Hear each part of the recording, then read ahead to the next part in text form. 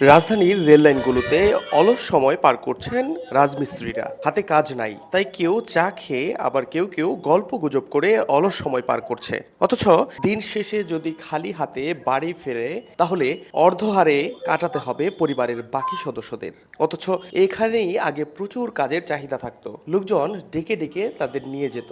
সকাল থেকে এক দুইজন লোক বসে থাকি, আমাদের কোনো কাজ কাম যদি আপনাকে কোনো লোক লাগে, লেবার লাগলে আমাকে নিয়ে, নাহলে আমাকে অবস্থা সূচনা।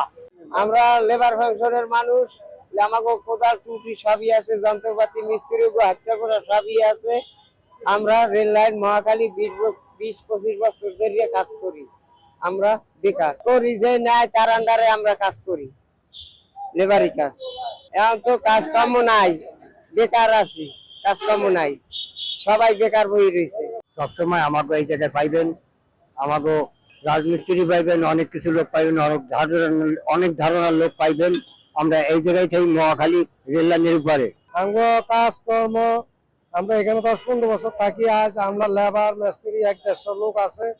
আমরা যার যার প্রয়োজন হয় নিবেন। আর অনেক বছর ধরে আমরা এই রেল লাইনে সব সময় পাইবেন। আর আমরা দিন মজুরি করি, আমরা সহযোগিতা করবেন।